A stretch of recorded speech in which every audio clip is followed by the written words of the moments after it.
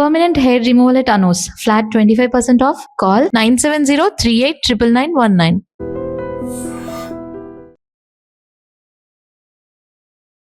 భారతీయ సినీ పరిశ్రమలో ఒక శకం ముగిసింది. తన అద్భుతమైనటువంటి ప్రతిభతో వెండితెరపై సరికొత్త విప్లవాన్ని సృష్టించిన ప్రముఖ దర్శకుడు, నటుడు భారతీరాజా ఇక లేరు. కొంతకాలంగా అనారోగ్యంతో బాధపడుతున్న ఆయన బుధవారం ఉదయం ఆసుపత్రిలో చికిత్స పొందుతూ తుదిశ్వాస విడిచారు. ఈ వార్త వినగానే తెలుగు, తమిళ చిత్ర పరిశ్రమ తీవ్ర దిగ్భ్రాంతికి గురైంది.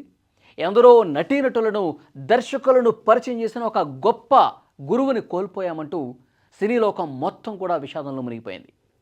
భారతీరాజా గత కొంతకాలంగా వృద్ధాప్య సమస్యలతో బాధపడుతున్నారు.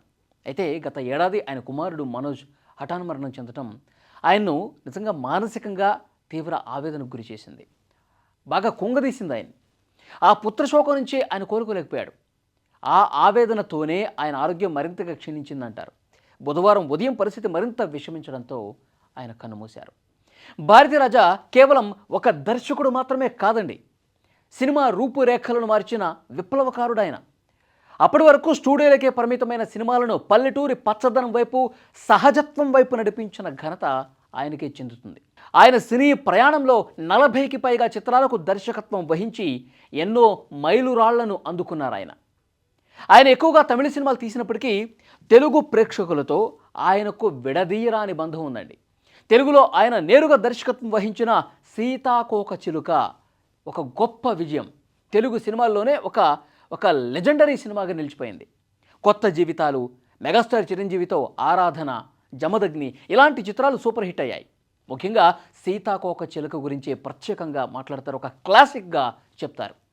చిత్ర పరిశ్రమకు భారతీరాజా అందించిన నటీనటులు, సాంకేతిక నిపుణులు చాలామంది ఉన్నారు. రాధిక, రాధ, ముచ్చర్ల అరుణ ఇలాంటి స్టార్ నటులను వెండితెరకు పరిచయం చేసింది ఈయనే. అలాగే ఆయన దగ్గర పనిచేసిన ఎందరో శిష్యులు గొప్ప దర్శకులుగా మారారు. మన తెలుగు సీనియర్ దర్శకుడు వంశీ కూడా భారతీరాజా శిష్యుడే కావటం విశేషం.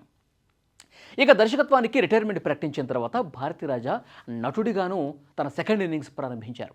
సుమారు 20 సినిమాలు అనుకుంటా కీలక పాత్రలు పోషించి నటుడిగాను మెప్పించారు ఆయన. చివరిగా మోహన్ లాల్ నటించిన తుడరం అనే చిత్రంలో ఆయన నటించారు.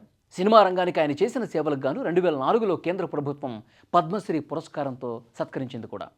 అలాగే ఆయన ప్రతిభకు గుర్తింపుగా 6 జాతీయ అవార్డులు దక్కాయి.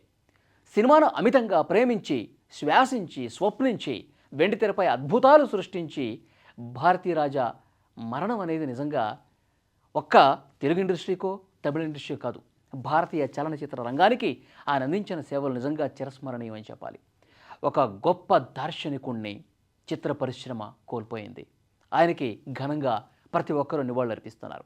తెలుగు సినిమా ఇండస్ట్రీకి సంబంధించి కూడా చాలామంది, చిరంజీవి గారు, తర్వాత పవన్ కళ్యాణ్, ఇంకా చాలామంది నటీనటులు, దర్శకులు భారతీరాజాతో అనుబంధం ఉన్న ప్రతి ఒక్కరూ కూడా ఘన నివాళులు అర్పిస్తున్నారు, కన్నీటి నివాళులు అర్పిస్తున్నారు.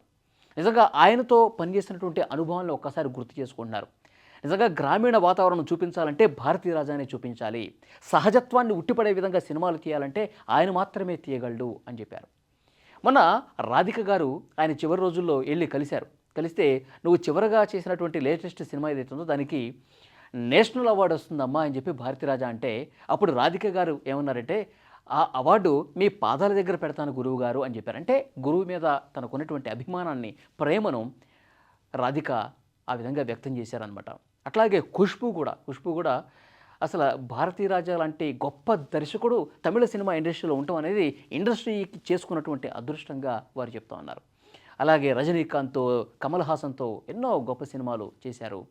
తమిళ సినిమా ఇండస్ట్రీలో ఒక శకం ముగిసిందని చెప్పాలి. అలాంటి గొప్ప గొప్ప సినిమాలు, నటుడిగా కూడా గొప్ప గొప్ప పాత్రలు వేసి, అంటే ఇప్పుడు రాబోయే దర్శకులకు ఒక బాటను చూపించారు. సినిమా ఏ విధంగా తీయాలి, సినిమా ఎంత గొప్పగా చూపించాలి, సినిమా ఏ విధంగా ఒక మెసేజ్ ఓరియంటెడ్ సినిమా తీయాలంటే, అంటే మనుషుల్లో ఒక ఆలోచన, ఒక గొప్ప ఆలోచన సినిమా ద్వారా తీసుకొచ్చినటువంటి ఒక గొప్ప దర్శకుడు భారతీరాజా అని చెప్పాలి.